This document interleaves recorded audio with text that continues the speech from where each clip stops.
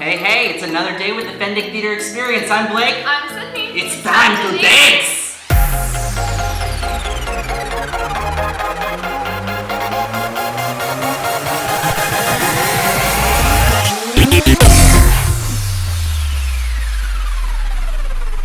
Today's performance target is, we will learn more moves typically found in jazz dance. We are going to take what we already know from our first jazz video and add even more moves to them. Who knows? They might come in handy when we start learning our next dance. Make sure you have enough room to dance. Let's start dancing. We're dancing now, so we're going to start with what I like to call a SHINee Turn. And that's because everyone calls it that. It's not just me. Alright, so just to start out, we're going to move our legs a little hip width apart, a little farther outward. Okay, and we're going to look over there. Alright, so we're going to stay in this position, but I'm going to move this leg right here, right there. Okay, I'm going to go back, looking over there, and then switch. Okay, now we're just using our legs right now. I'll show you what we do with our arms in a second. Okay, so we have gone here. And then we're going to take this leg here, and we're going to go around this shoulder like that. All right? And walk back. We're going to do that all together. 5, 6, 7, 8. And around, around. All right? It's a little fast, but you can go as slow or as fast as you like. Now we're going to add our arms. Our arms are going to start off in third position. You learned this in our ballet episode. Okay, so we're in third position, and we are going to close our legs, our feet and legs, and we're going to go out. We're going to open our arms into seconds. Okay, and then when we go around the other way, this arm is going to chase this arm, and it's going to go to fifth. This is what it looks like with that, okay? Fifth position. And then when we go back around, we're gonna open our arms back out into second position, okay? So a full SHINee turn looks like this. 1, 2, 3. Do it again for you. This time let's start with our leg in a tendu position, okay? And 1, 2, 3. Okay, now we're gonna do it one more time, and then we're gonna add a component to it, all right? So, 1, 2, 3, and then we're gonna step, and now we're ready to do it to the other side. 1, 2, 3. All right, let's do 4 SHINee turns, 2 on each side, all right? 5, 6, 7, and 1, 2, 3. 1, 2, 3. 1, 2, 3. 1, 2, 3. Before we move on to the next step, I want to describe to you what we're doing with our heads. Did I hurt your hand? No, perfect, all right? So, we're facing here, and we're facing out. When we go around this way, our head's still looking that way. All right, but when we go back, we spot. Now I'm looking at the camera, but when most people do SHINee turns, they continue looking at their mark. All right, so it's 1, 2, 3. Remember, I was still looking there. That's called spotting. It'll come in handy at the end of this video. Let's move on to the next move. Our next step is actually a step that we've probably done a couple of times in both Seize the Day and Come Alive, but we haven't really specified it. I may have said it when I taught it, but we're gonna go over it. It's called a pas de Booray, all right? So we're gonna start with our leg out, and our arms in second, all right?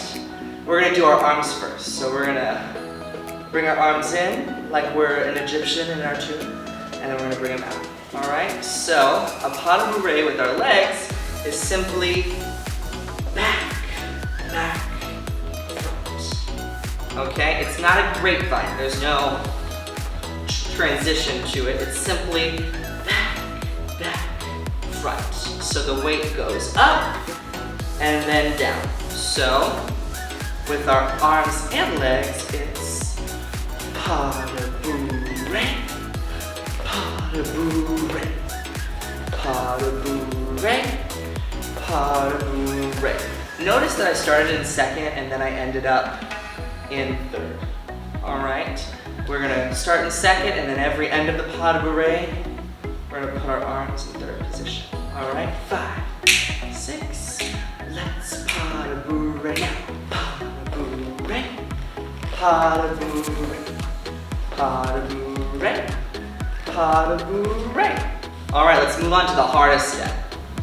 We are moving on to pirouettes. Now, this is the hardest move that I think that I'm going to teach you throughout the entire Fendig Theater experience, but once you have the foundations to practice at your own homes, you can become very good at pirouettes. They're very difficult, but I think you might find them interesting. All right, so to start out, we're gonna, our feet parallel to each other, all right? And we're gonna open our arms, and one leg comes out, and this is called a prep. So, your hips shouldn't be over your knees. Your hips should be right here. Your legs shouldn't be farther apart than your hips, all right? And so we're gonna prep, so out and prep, all right? So what we're going to do to start off is all we're going to do is passe and balance with our left foot entirely on the ground. So it'll look like this.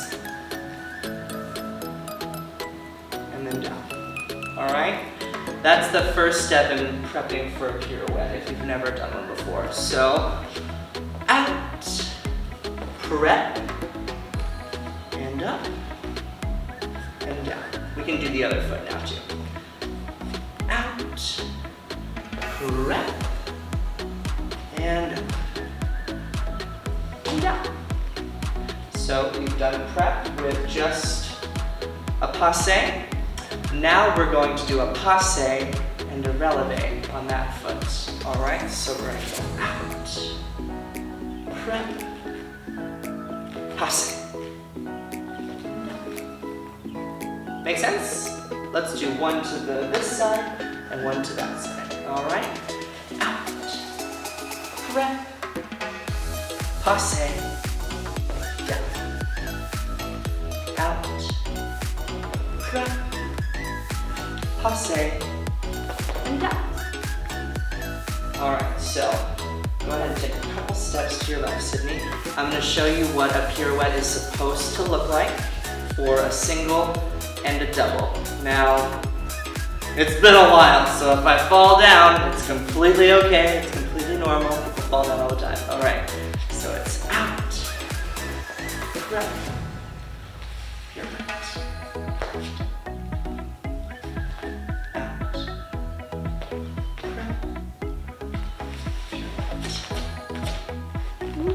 That was a landing in an arabesque. We haven't gone through arabesques yet, but that was neat landing there.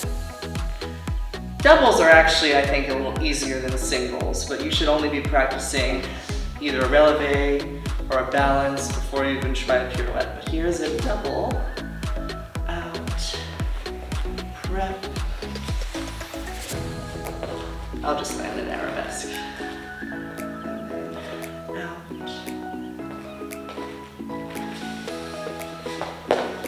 Let me try that again. That's the other side's always the harder side.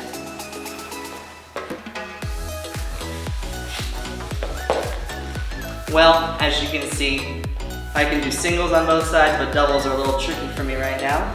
But that is the first idea of a pirouette. So you want to come back in? So, the last thing I want to tell you about pirouettes is when we went through spotting, with the SHINee Turn, looking that way, your spot is in front of you when you pirouette. Your head should, like,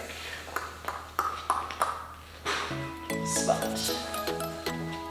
What might be an easy thing to do is if you have a sticky note at home, you can place it on your wall where you want to practice pirouetting. And you just practice this exercise of just literally seeing it when you spot. And spot. And that gets you one step closer. We're gonna take a break from the very hard jazz steps for a second. We're gonna do a pivot turn.